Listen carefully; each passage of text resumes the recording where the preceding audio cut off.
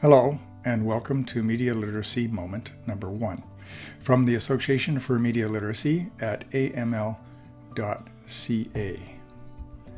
One of the things that we really enjoy doing with students is neighborhood walks because it gets us out of the school, and it also helps students appreciate that media are everywhere in our environment. It also allows us to do a lot of integration, which is very useful. We can integrate several different curricula in this exercise. We usually start with the key concepts. There are 8 of them, and that is really too many to use with any one group of students. And so in this exercise, I'm going to concentrate just on 4 to make it more manageable. And I'm going to start this walk at Midland Avenue and Kingston Road in Toronto. It's a typical but interesting intersection, and you'll notice that it's close to 2 schools. In fact, it's close to 4. There are 2 others not on this map.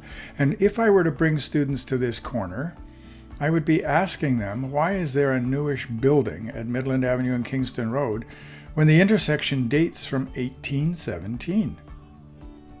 Well, the answer is here. If I keep looking and I look closer and closer, I will discover this mural. And it is a mural of the halfway house. So my next question would be, why is there a mural of the halfway house at Midland Avenue and Kingston Road? The plaque beside it helps to answer that question.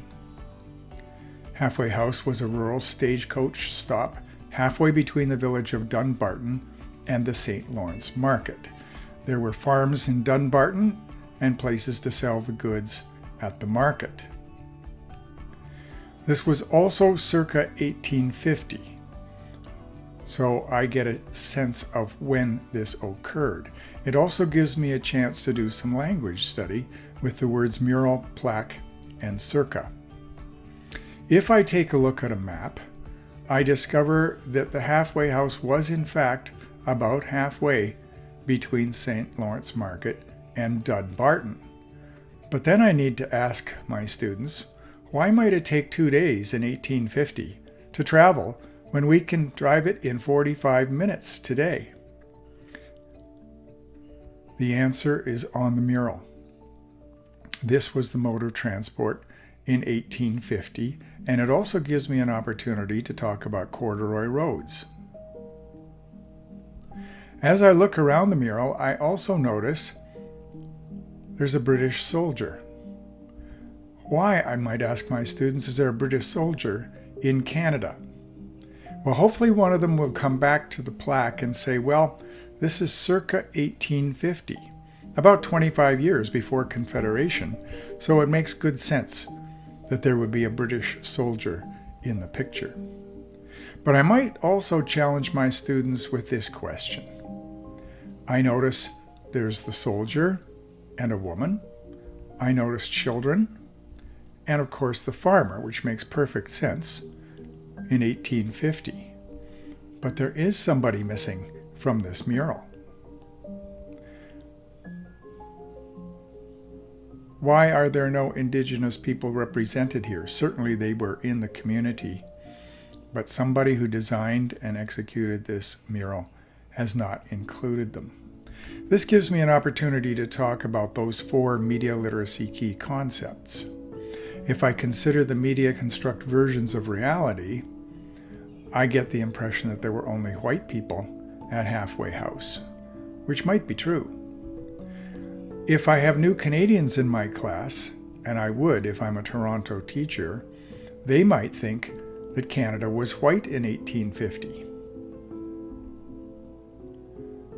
If I think about the values messages, this mural might be sending the message that Indigenous people did not matter in 1850, which means it's not just a media experience or a mural, it is also a political and social message. I might do a little bit more research on this mural and discover that Halfway House was constructed at the intersection of 4 farms in 1850. And so one of the farmers decided to build it on his relatives and friends' property. And this is the halfway house in 1910, about 60 years after its original construction. And if I do some internet research, or my students do, I can see it over the years as it evolved.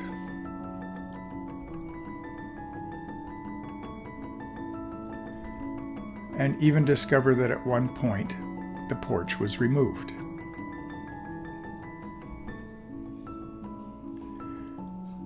And I might wonder where it is now. Why isn't it there anymore? Why has it been replaced with a mural? The answer is again on the plaque. And so here is Halfway House, which was really the model for the mural, at Black Creek Pioneer Village. So this short visit to this mural has allowed me to look at 4 of the media literacy key concepts, but it has also allowed me to integrate those with several other curricula that I need to address. If you found this interesting, you might also enjoy our post at aml.ca, where we have a media environment scavenger hunt lesson that occurs just inside the school. This has been a Media Literacy Moment. Thank you.